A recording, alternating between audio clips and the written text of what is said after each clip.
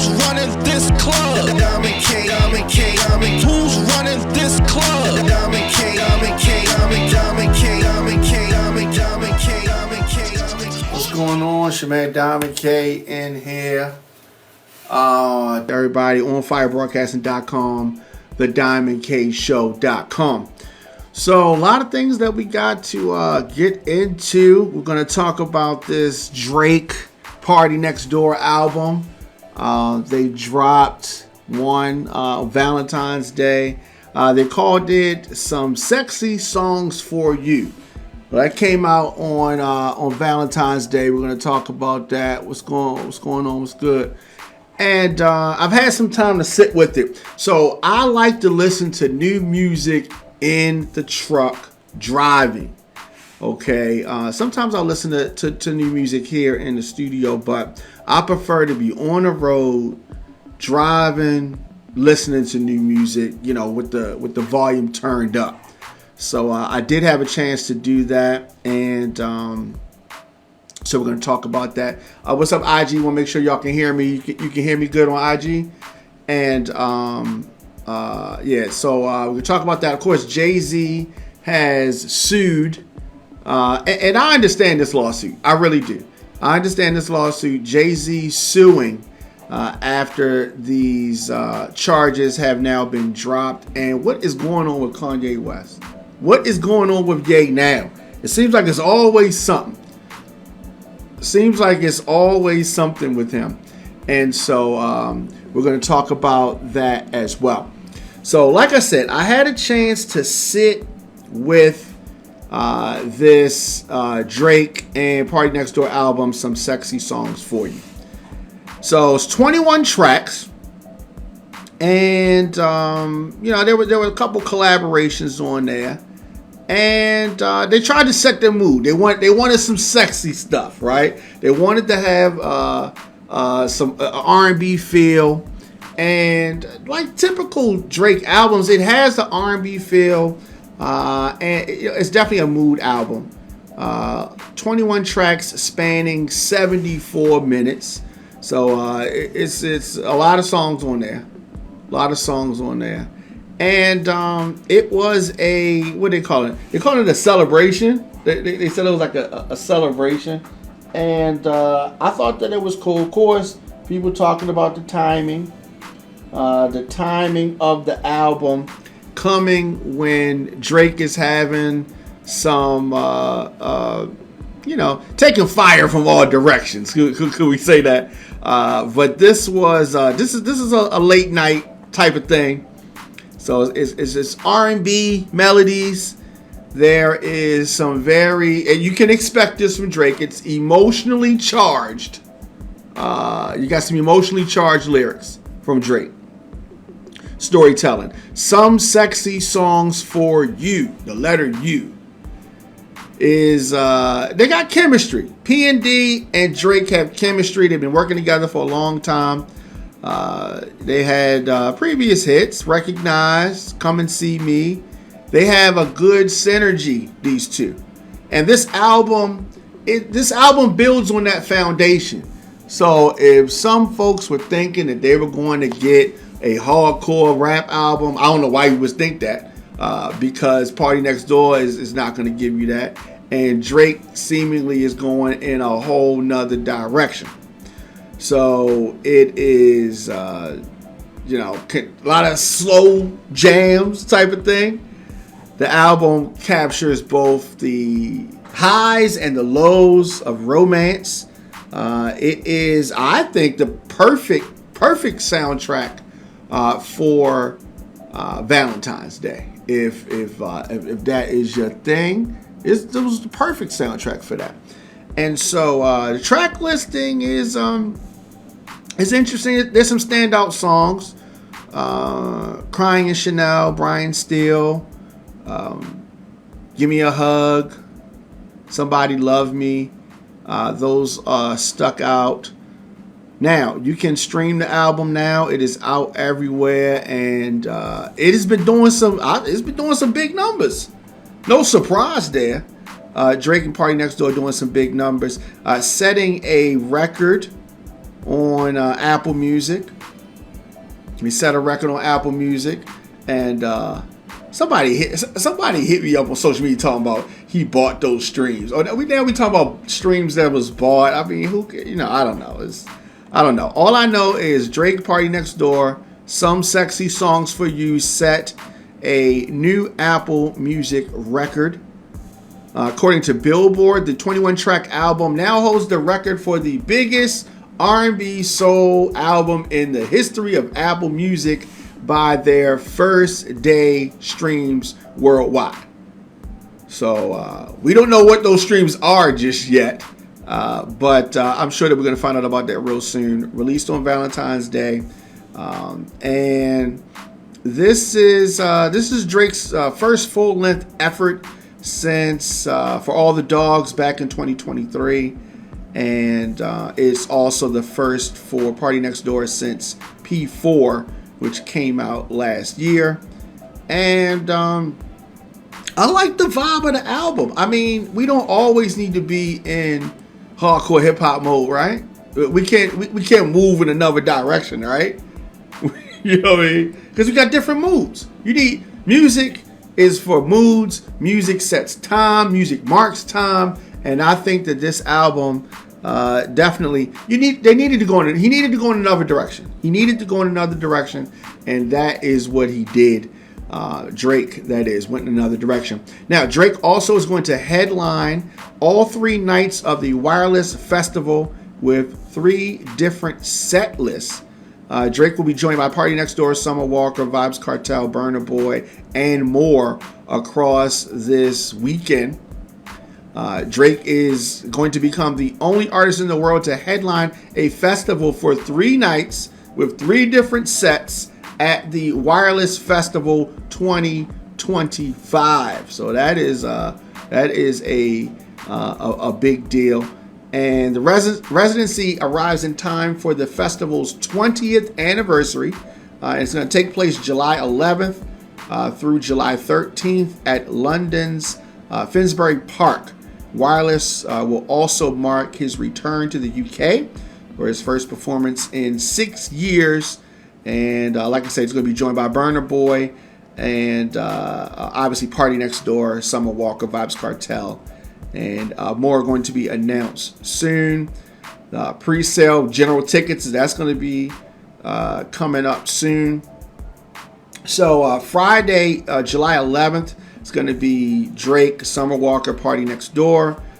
Saturday, July 12th, it's going to be announced.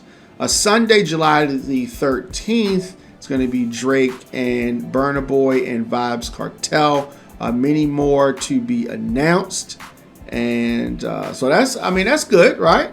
If you are in the UK, we might need to go through there one of those days. We might need to go through for one of those days. I don't know if we can swing all 3, but one of those days that will be fire. New music from Offset. Offset has a new single called 10.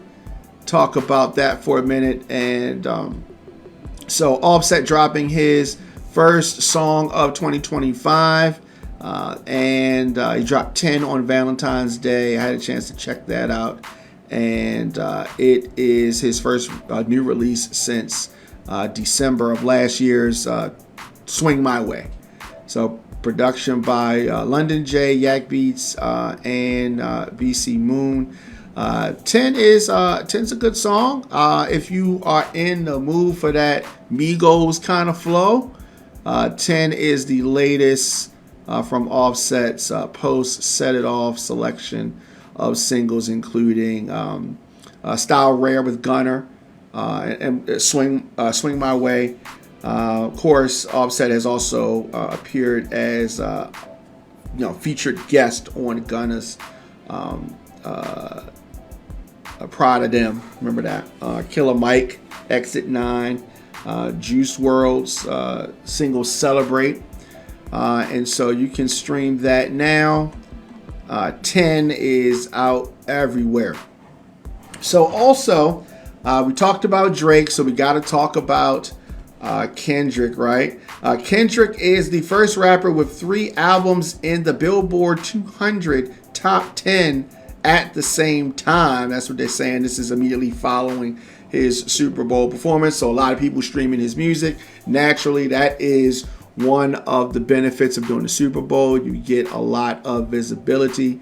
And so he makes 3 appearances in this week's top 10 following that Super Bowl halftime performance. First at number 1 with GNX. K-Dot's latest studio effort moves up from number 4. And he got 236,000 equivalent album units earned in the week ending February the 13th, including 117,000 in streaming equivalent albums. All right, so they do this. They do this breakdown, right?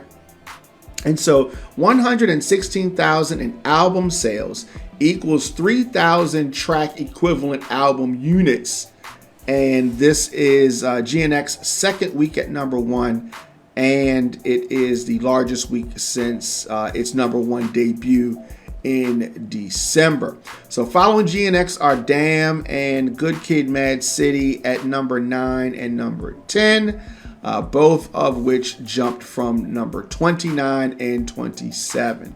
And so the Good Kid, Mad City moved just under 40,000 equivalent units, and Damn earned 37,000 equivalent album units. So Damn's last top 10 appearance dates back to March 2018, while Good Kid, Mad City dates back to November of 2012. Wow.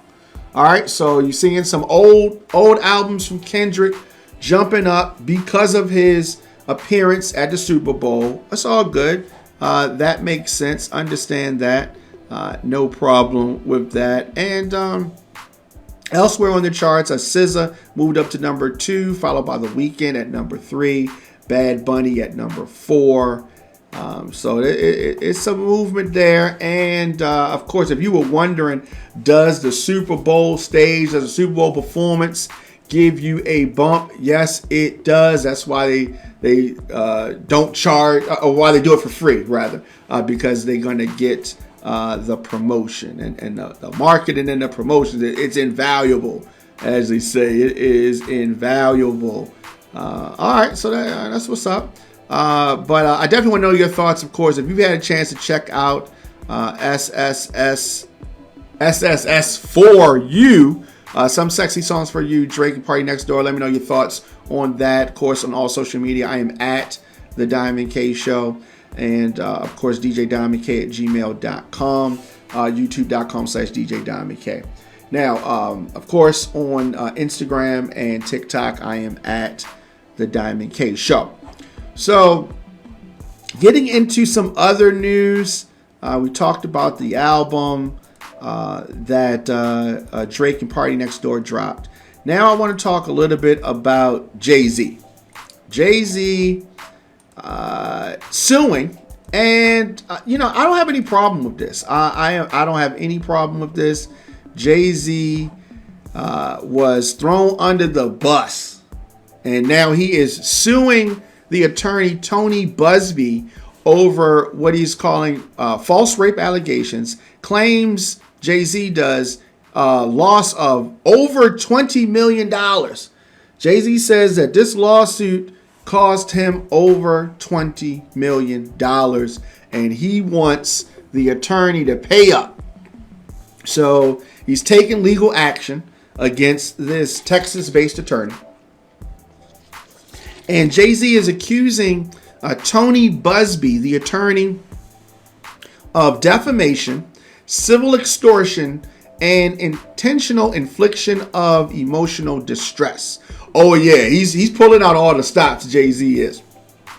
So this lawsuit follows a dismissal of a rape allegation, this case that was filed against Jay-Z and Sean Diddy Combs. It was filed in October of 2024. Jay-Z claims that the false allegations strategically filed the night before his daughter Blue Ivy's highly anticipated Mufasa the Lion King movie premiere. So he's definitely mad about that. And it resulted in what Jay-Z says, severe personal and financial damages including the loss of $20 million in business contracts. I believe him. People were looking at Jay-Z like he was, I don't know, they was looking at him crazy out here when those allegations came down. So they were looking at him crazy, and he's saying, look, y'all owe me. All right, so this industry, music industry was rocked by this lawsuit. This is Jay-Z, and one of the biggest rappers ever, and involved in this lawsuit. Initially, the lawsuit was filed by a plaintiff known as Jane Doe. Jane Doe accused Jay-Z and Diddy of assaulting her. At the time, she says that she was 13 years old. She was at the MTV Video Music Awards, an after party in 2000, right? And so 24, at the time, it was 24 years ago. 24 years later, she comes with these shocking claims, and these claims sent ripples through the entertainment industry. People was looking at, oh, what about when he was talking to Foxy Brown? And what about this? What about that? Like all this kind of stuff. Now, Diddy's already on the hook for some legal trouble. And then they threw Jay-Z in the mix. And Jay-Z like, oh, wait, hold up. What I got to do with this? And Jay-Z's reputation was definitely on the line. But crazy. Look, I didn't believe it. Okay, I didn't believe it. Not for 1 minute. I've said it on the show many times. I didn't believe it. They needed evidence. They didn't have any evidence. Her story wasn't sticking. Like the whole thing. On February the 14th, 2025, the case was voluntarily dismissed with prejudice. Now, dismissed with prejudice means that it cannot be refiled in the future. So if they say it was dismissed without prejudice, then that means that you could refile it. But this was dismissed on Valentine's Day with prejudice. And Jay-Z stated in response, the frivolous, fictitious, and appalling allegations have been dismissed. The lawsuit was without merit and never going anywhere. Now, while he expressed relief in the dismissal of the case, he was happy, obviously, that the case was dismissed. A lot of damage had been done. A lot of people, when you throw some allegations out there like that, a lot of people was looking at Jay-Z crazy. Like, yo, we don't know about him. Or people that didn't really mess with him like that, they were saying, we always knew something was shady about you. You know what I mean? And so you had the whole normal group of folks, including Dame Dash and others, saying stuff, looking at him, getting their little 5 minutes of fame at Jay-Z's expense. And so I am glad that part is behind him. The rap icon insists that the timing of the lawsuit was intentional and malicious and designed to force him into a no-win situation. So Jay-Z saying there was an impact on Blue Ivy's movie premiere, and understanding that. And so Jay-Z said that the lawsuit forced him to make a heartbreaking choice. He said that I felt that Mr. Buzbee was placing a gun to my head, that I either bow to his demands or endure personal and financial ruin. According to Jay-Z, the lawsuit was strategic, right? They timed it perfectly just hours before Blue Ivy's big night at the premiere of Mufasa, the Lion King. As a proud father, he wanted to support his daughter at this milestone moment. I mean, what dad would not want to? But the cloud of the allegations overshadowed the event. With the police rundown on him, I mean, with all the media, they're going to have questions. And these questions are going to be about this lawsuit, not about his child's big night. So he was definitely affected by that. And Jay-Z is saying that it was $20 million in lost contracts and emotional distress. So beyond his personal tolls, Jay-Z asserts that the false allegations cost him $20 million in lost contracts. The scandal allegedly led to canceled business deals and endorsements as companies distanced themselves amid the controversy. As I said, people hearing allegations like this, a lot of businesses, corporations, companies did not want to enter into any new business with Jay-Z.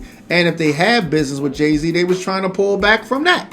So the rapper, entrepreneur, and philanthropist also described the immense psychological strain that he endured, stating that the lawsuit forced him into hiding to avoid the negative media attention. The emotional distress, he claims, was a calculated attack on his character. Now, Tony Buzbee, who is the Texas-based attorney, he's had a lot of controversies, and he has a legal history, obviously. The Jay-Z lawsuit is not the first lawsuit against Buzbee, and this is not the first time he has not faced scrutiny like this.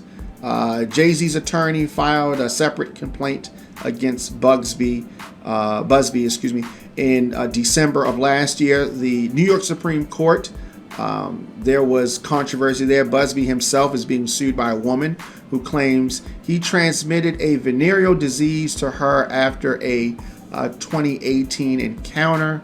Buzbee is known for handling high-profile cases. He has not yet commented on this Jay-Z lawsuit, but Diddy's legal troubles continue. Jay-Z successfully cleared his name. Diddy still has multiple legal battles, and we've talked about those. Diddy has been incarcerated since September of 2024, facing racketeering and trafficking charges. His trial is scheduled for May 2025. And the outcome is going to have far-reaching consequences for the music industry. So we're definitely going to be following that. Now, as it relates to Jay-Z, what is next for Jay-Z? Now, Jay-Z is determined to hold Buzbee accountable for what he describes as this deliberate smear campaign. His lawsuit seeks financial damages and aims to set a precedent against attorneys who misuse the legal system for professional or personal gain. So we definitely have that. And Jay-Z has this ongoing legal battle, but I'm sure he wants to focus on his family, his business ventures, and of course his music career. The lawsuit's resolution marks an important moment in the fight against weaponized lawsuits and character assassination in the entertainment industry. This happens, right? Folks will just come along and say, this rapper did this singer did that, and no evidence, but those allegations hurt the artist, and so I'm definitely glad that these false charges have been dropped, and hopefully that is the end of that kind of stuff. False charges against artists, seemingly they just trying to get money, right? It just seems like they was just trying to get money, and it did not work out for them. The Jane Doe and Buzbee, her attorney, and so let me know your thoughts on that. Have you moved past this? Is Jay-Z good in your eyes now? Are you looking forward to new music or his different business ventures? Obviously, the NFL stood by him during this difficult time. And so, last thing, Kanye West, what is going on with him now? A lot of things. There are divorce rumors out there. There is no prenup with him and Bianca. So if Bianca Censori and Kanye West, if they divorce, like is being rumored, that's going to be interesting because there is no prenup there. Now, this rumored split could get messy. Kanye all over the place. Kanye and Bianca Censori have found themselves in the swirling divorce speculation. Again, it had been rumored before, and then they're not divorced. But they have pushed back and said that, well, at least they've had representatives say that they're not divorcing. But I don't know. Reports are out there that representatives for both Kanye and Bianca have contacted divorce attorneys. So while they're trying to put in the public, no, we're not divorcing, word on the street is that they have been contacting attorneys, signaling that the marriage may be on the brink. Now, maybe they're just reaching out to see what's good with the split, but they're not ready to split. That could be true as well. That happens, but it seems like legal moves are being made behind the scenes, allegedly. And this is not the first time that a legal inquiry could have been made. It seems that back in October, when it was also reported that they were having marital trouble, is the first time it kind of surfaced. One of Kanye's reps angrily contacted a divorce attorney, only for the lawyer to decline to represent the rapper. So I don't know. Continued legal consultations suggest that a split may be more imminent than Kanye and Bianca want to admit publicly. Now, if they officially do file for divorce, the case could take an unexpected financial turn.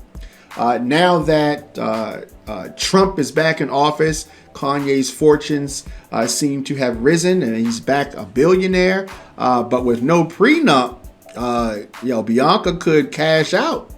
Now, obviously, Kanye reportedly lost millions of dollars since marrying Bianca. Now, California law states that the assets and the debts accumulated during a marriage are split equally.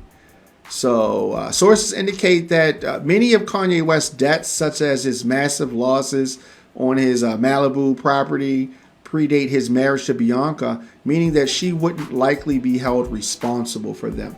So, we're going to continue to follow that. But like I said, they claim that the divorce rumors are not true. And I don't know. I mean, can you imagine how he treats her, how she dresses in public, the way she's paraded around? I'm sure she probably wants out of there. If you remember, we talked about this during the Super Bowl. There was some commercial in a few markets. Kanye West was promoting some stuff, and his website, he was selling t-shirts with swastikas on it. That was taken down. And there was actually a commercial for the shirts aired during the Super Bowl. And that was just bizarre. I don't know what Kanye's fascination is with that, but the commercial for the shirts aired during the Super Bowl, days after the rapper slash designer, I guess he's that. He called himself a Nazi on social media. The website was taken down Tuesday. Shopify was like, they didn't want no trouble. It was a lot of blowback. And there was a 30-second commercial. Kanye appeared to be filming a close-up of his face while lying in a dentist chair. He said, "I spent like all the money for the commercial on these new teeth," he said, smiling into the camera. "So once again, I had to shoot it on the iPhone." Ye then directs people to his website, which was Yeezy.com. And it was selling only one item, a $20 t-shirt with a black swastika. Wow, it is amazing. But Tuesday morning after that, the website went down and they took it offline. Spokesperson for Shopify, the online platform that processes website sales, said that Ye's store did not engage in authentic commerce practices and violated their terms, so they removed them from Shopify. The ad aired days after Kanye's rant on social media, where he called himself a Nazi and professed his love for Hitler. He later deactivated his X account. I don't know. I don't know what is going on with him. It's crazy, definitely. Let me know your thoughts, of course, in the comments section. Instagram, Facebook, Twitter, LinkedIn, TikTok, Blue Sky, at The Diamond K Show, YouTube.com/djdiamondk, OnFire Broadcasting.com, TheDiamondKShow.com. So I'll be back here tomorrow, and we'll talk more about this and a bunch of other stuff. Shout out to everybody checking us out. I'll be in the mix on Saturday and Sunday, so you can check us out on YouTube, on OnFire Broadcasting, thediamondkshow.com, or where you watch us right now on Instagram or on TikTok. I will be there live in the mix. All right, I'll see you guys tomorrow.